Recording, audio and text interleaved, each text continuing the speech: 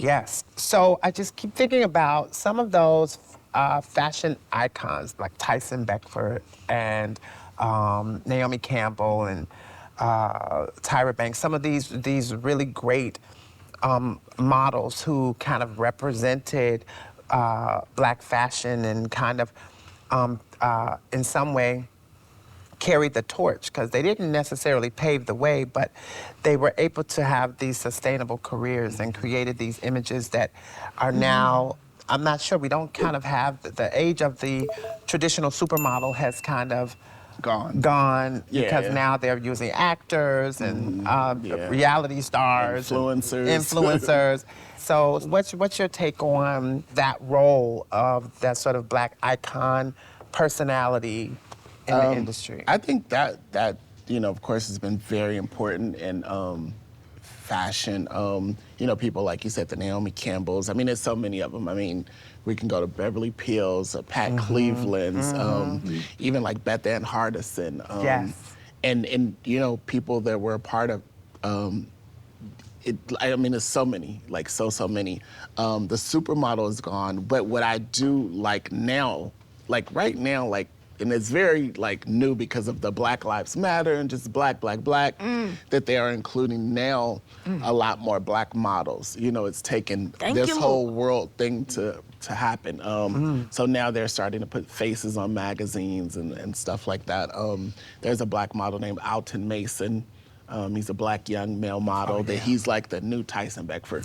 He's on every campaign, like Louis Vuitton, you name it, he's every brand. To where he even did like some flips on the runway at the last Louis Vuitton show for Virgil, as a designer now, that they actually made into sculptures that they actually have at the Louis Vuitton store in front of the stores from his flips that he did on stage.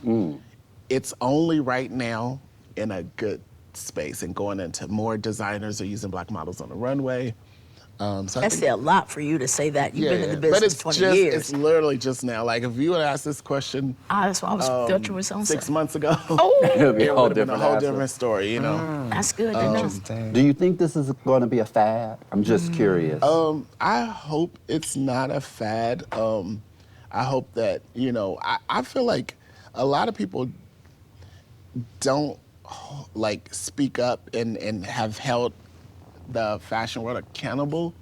I mean, I know we say it, but I think it's so much more to do than could have been said before.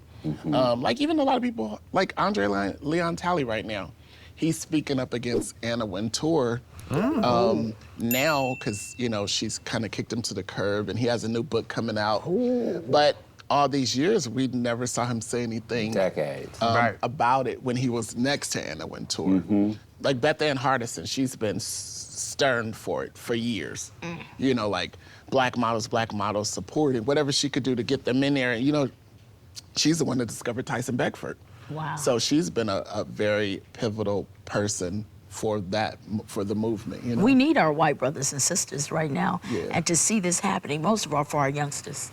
It's a moment in time. And someone asked me, is it a fad? Do you think this Black Lives Matter is going to pass? And I said, if it lasts one more second, if it goes away tomorrow, just to know that Black Lives Matter got written in front of the White House, it's worth my life. And to me, that's not even enough. That's like, I don't even like the slogan, Black Lives Matter. I'm not in love with it. I won't let you say it. I'm gonna give mine. What slogan would you like?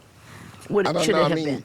I just think we more than matter. And we're more than a life. To me, it's like my life is not a color. That's what I meant to say. Okay. It's more than But there a needed matter. to be some type of language. We're back to language. It's a start. I would almost rather black people matter than black lives. I think the coloring of my life, it trivializes it. I think I'm more than a life. I think I'm an eternal soul. Black eternal souls matter. Doesn't quite have the same ring. I think they have the same ring. You might have tried that first. They might have. It didn't pass the focus group. When you go back to what was Black Lives Matter in reaction to the abuse of black lives. So it was the murder of black men and women. And so as a Taking result, that's where that the came lives from. part, Yeah. And, you know, it makes me think of the, Tyson Beckford and Beverly Johnson and different ones. We always have the token, the one, and we think is going to break this whole thing open, decade after decade, and then we get lulled right back into complacency to the way things were again. But you know what we have to do, and this is my biggest dream and goal. I want to create a company like LVMH. LVMH stands for Louis Vuitton Moet Hennessy. And that's basically— It stands for what? Let me hear you. Louis Vuitton Moet Hennessy. Oh. So it basically is a conglomerate that houses all these fashion brands. Because we as Black people, we feel like we have to be, Vogue or just any of the white, media, fashion brands, et cetera, to be validated. Yes, Like the award absolutely. shows, we need to get an Oscar or Emmy or a Grammy to be validated. Tell me about it. And won't show up to the BET Award. Yes, and what we need to do is put our own power back into the fashion world and create our own brands, our own platforms, our own things, so we don't feel we need to have to be on CoverGirl or any Louis Vuitton. Our power is in our buying and our spending as Black people, and right now we're investing it right back. Like I was on Rodeo Drive. I literally just look around and it's full of Black people. They're spending their unemployment, their PPP, their SBA. On Rodeo Drive? On Rodeo Drive, lined up, waiting. Stimulus checks, literally lined up to put their money right back in the white For pockets, validation. For validation. Because we've been so beat down and so we've been brutalized. so beat down, and we're going to continue to be beat down. We need and to still start our wanting to own. be on these magazine covers and wanting to do this and wanting to do that. Now with because we're not conversation, creating though, our might be own change. and valuing our own. That is a good point. It kind of brings up this question of segregation versus integration.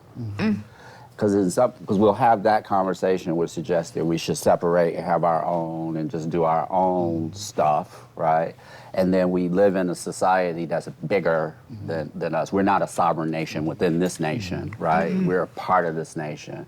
And so we have, we make up a small percentage of this, I think about 12% nationally. But our spending is... Oh, our spending is in the billions. Yeah. But where I'm going with this is, even within that small percentage, we have different views on whether we should have an integrated approach, whether we should have a separatist approach.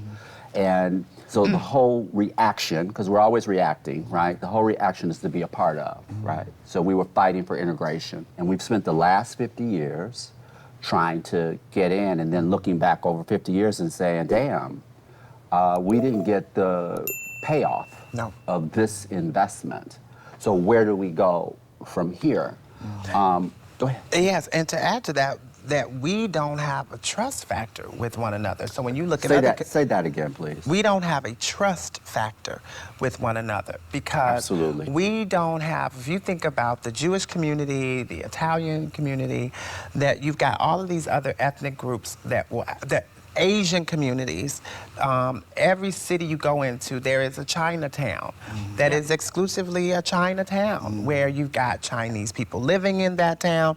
They have Chinese banks, they have Chinese schools, they have Chinese libraries, and they actually, exactly, and they funnel these dollars amongst themselves back and forth within their communities. And so we don't have that. In fact, when we have these uprisings and riots and damages in the Black community, it's because we don't have the commercial spaces in our communities. We don't actually own the businesses there. We work in those businesses because these other groups will employ us to work there so that then we can be that face to make everyone feel comfortable who comes and supports and shops. But we don't have the commercial links.